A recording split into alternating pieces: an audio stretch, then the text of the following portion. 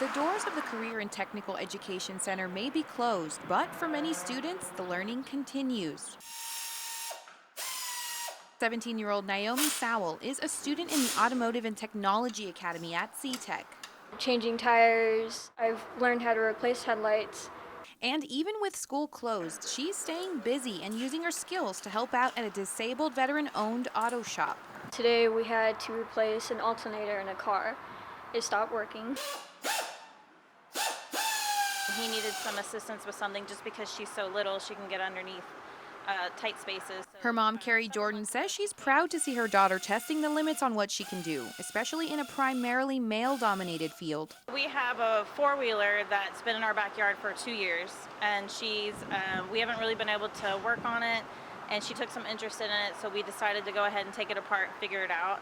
So she actually changed the carburetor on it. And the Madison High School sophomore is refining those skills that will help her in the future. I didn't know anything about cars before I joined this class, and now I know a few things. Going to Autotech is going to be beneficial for her in the long run because she's going to always have to maintain a vehicle. Because even though classrooms may be empty, learning never stops. With parents having to stay home and not being able to go to work, you can teach them all kinds of life skills, and keeping their minds busy is going to be the one thing that's going to keep them going. Because NEISD cares.